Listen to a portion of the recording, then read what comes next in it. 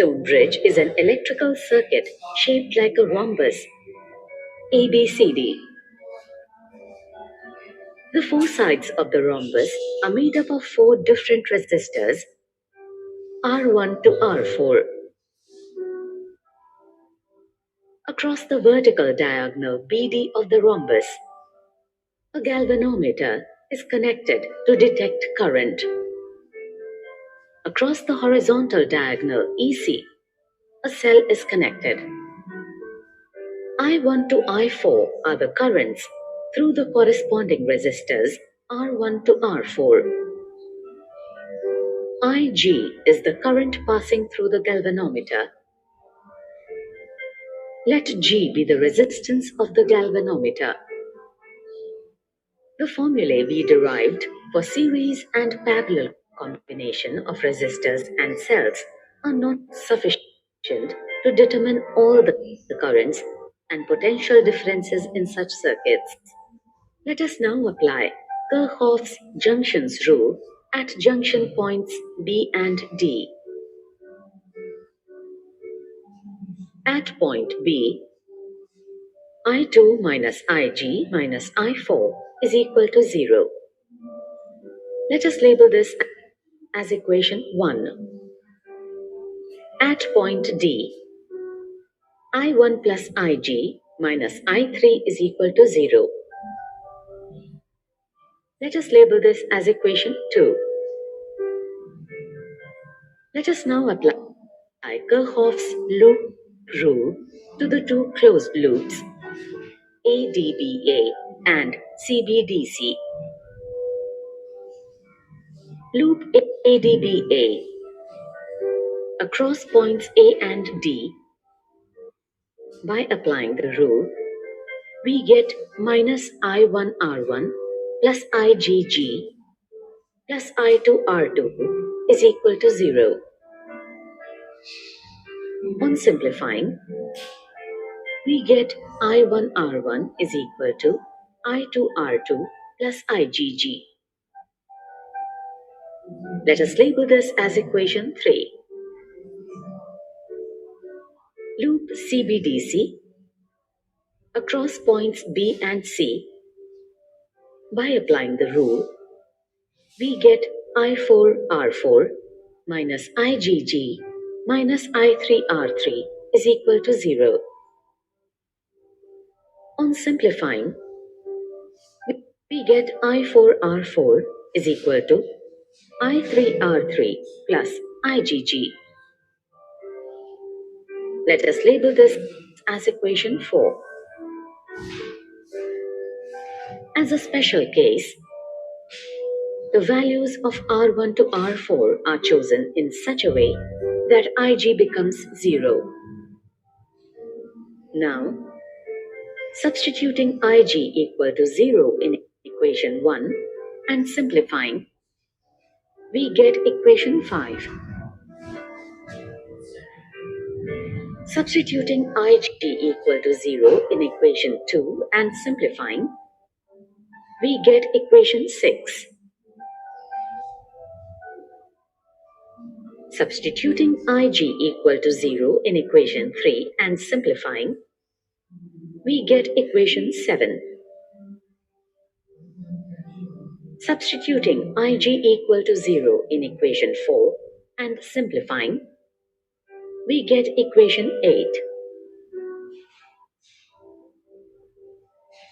Substituting for I3 and I4 from equations 5 and 6 in equation 8, we get I1 divided by I2 is equal to R4 divided by R3. Let us label this as equation 9. From equations 7 and 9, we can write R2 divided by R1 is equal to R4 divided by R3. Let us label this as equation 10. Equation 10 denotes the relationship between the four resistors for the galvanometer to produce zero or null deflection. This relation is therefore called the balance condition. The application of this balance condition is a practical method to determine an unknown resistance.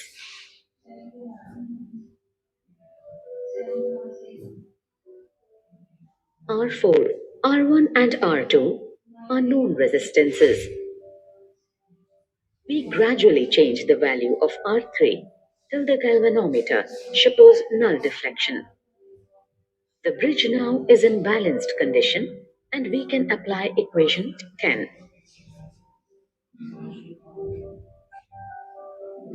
Rearranging the terms in equation 10, we can write R4 is equal to R2 into R3 by R1. Let us label this as equation 11. Equation 11 is used in a practical circuit which is called the meter bridge. Here we can see the kinetic diagram of a meter bridge. A meter bridge consists of 1 meter long standard resistance wire of uniform cross section held on between two ends of metallic strip bent at the right angles at the ends, placed alongside a meter scale. There are two caps, one on the left and the other on the right, in the horizontal path of the metallic strip, where two resistors, one of which is known and the other unknown, are attached. The two end points A and C, where the wire is clamped to the metallic strip, are connected to the cell.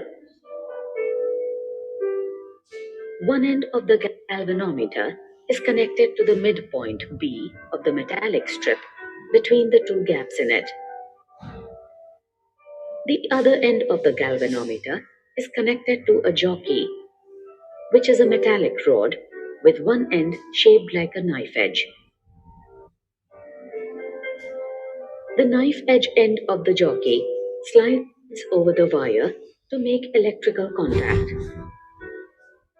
R is the unknown resistance of a given resistor, which we have to determine, and the resistor is connected across the right gap in the metallic strip.